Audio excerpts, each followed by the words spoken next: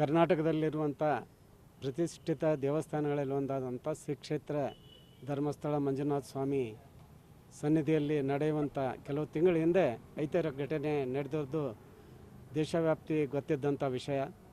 ಅದೇನೆಂದರೆ, ಮಂಜುನಾಥ ದೇವಸ್ಥಾನ ಧರ್ಮಸ್ಥಳವನ್ನು ತ್ಯಾಜ್ಯವಾದ ಮಾಡಲು ಹೆಸರು ಕೆಡಿಸಿ ಮಸಿ ಬಳಿಯುವಂಥ ಕೆಲಸವನ್ನು ಕೆಲವೊಂದು ಪಟಭದ್ರ ಹಿತಾಸಕ್ತಿಗಳು ಮಾಡಿದ ಮೇಲೆ ಅದರ ಮೇಲೆ ತನಿಖೆ ಆಯಿತು.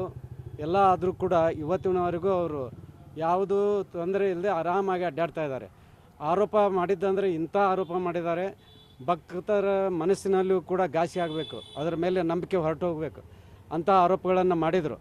ಅದು ಸಾಬೀತಾಗಲಿಲ್ಲ. ಎಲ್ಲ ಬುರುಡೆಗಳನ್ನು ತೊಗೊಂಡು ಬಂದು ಎಲ್ಲೇ ಇಟ್ಟು ಏನೇನು ಮಾಡಿ ಸಾಕಷ್ಟು ಪ್ರಯತ್ನ ಮಾಡಿದರು. ಜೊತೆಗೆ ಪರಮ ಪೂಜ್ಯ ವೀರೇಂದ್ರ ಹೆಗಡೆಜಿಯವರು, ಡಾಕ್ಟರ್ ವೀರೇಂದ್ರ ಹೆಗಡೆಜಿಯವರ ಹೆಸರು ತ್ಯಾಜ್ಯವಾದ ಮಾಡಲು ಅವರ ಮುಖಕ್ಕೆ ಮಸಿ ಬೆಳೆಯುವಂಥ ಕೆಲಸಕ್ಕೆ ಕೈ ಹಾಕಿದರು. ಅದರ ವಿಫಲರಾಗಿ ಇವತ್ತಿನ ದಿವಸ ಆರೋಪ ಮಾಡಿದ್ರು ಬಿಂದಾಸಾಗಿ ಅಡ್ಡಾಡ್ತಾ ಇರೋದು ಭಾಳ ಖೇದಕರ. ಭಕ್ತರ ವೃಂದಕ್ಕೆ ಭಾಳ ನೋವಾಗಿದೆ. ಯಾಕಂದರೆ ಇಂಥ ಎಲ್ಲೂ ನ್ಯಾಯ ಸಿಗದಿದೆ ಅಂದರೆ ಶ್ರೀ ಕ್ಷೇತ್ರ ಧರ್ಮಸ್ಥಳಕ್ಕೆ ಹೋಗಿ ಕಾಯಿ ಉಳಿಸೋದಾಗಲಿ, ದಕ್ಷಿಣೆ ಹಾಕಿ ಬೇಡ್ಕೊಳೋದಾಗಲಿ, ಅಲ್ಲಿಂದ ನಮಗೆ ನ್ಯಾಯ ಸಿಗದಿದೆ ಅನ್ನೋವಂಥದ್ದು ಎಲ್ಲ ಭಕ್ತ ವೃಂದದಲ್ಲಿ ಒಂದು ಮನಸ್ಸಿದೆ, ಒಂದು ಆತ್ಮವಿಶ್ವಾಸ ಇದೆ.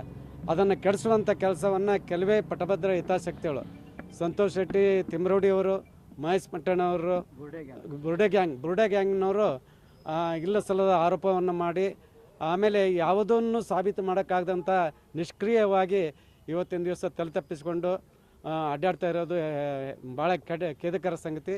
ಕಾರಣ ಸರ್ಕಾರ, ಸಂಬಂಧಪಟ್ಟ ಇಲಾಖೆ ಅವರನ್ನು ಬಂಧಿಸಿ ನಮಗೆ ಸೂಕ್ತವಾದ ಭಕ್ತರಿಗೆ ನ್ಯಾಯವನ್ನು ದೊರಕಿಸಿಕೊಡ್ಬೇಕಂತ ಈ ಸ್ಥಾನದಲ್ಲಿ ಹೇಳಕ್ಕೆ ಇಷ್ಟಪಡ್ತೇವೆ.